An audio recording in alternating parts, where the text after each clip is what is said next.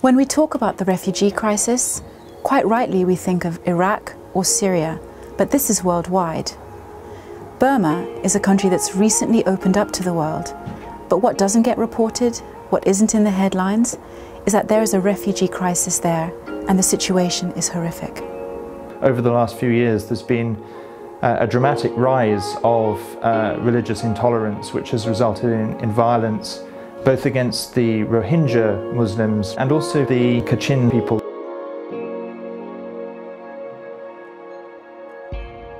The Kachin are predominantly Christian.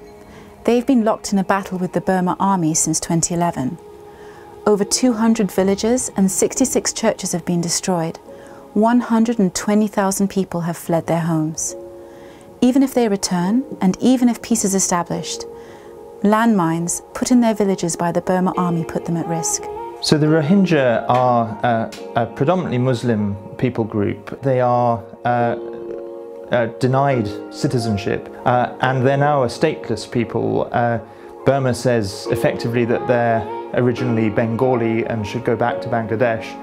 Bangladesh says they're not from Bangladesh, they're from Burma, go back to Burma. There is about 140,000 Rohingya become IDPs after 2012, where hundreds of villages were burned down. They were forced to flee from their village.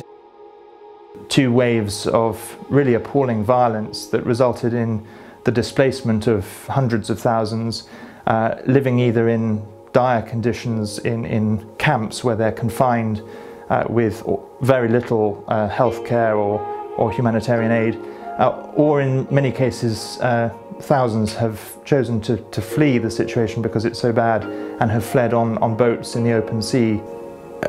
They are facing restriction of aid, they are not given government resources, and there is no medical aid.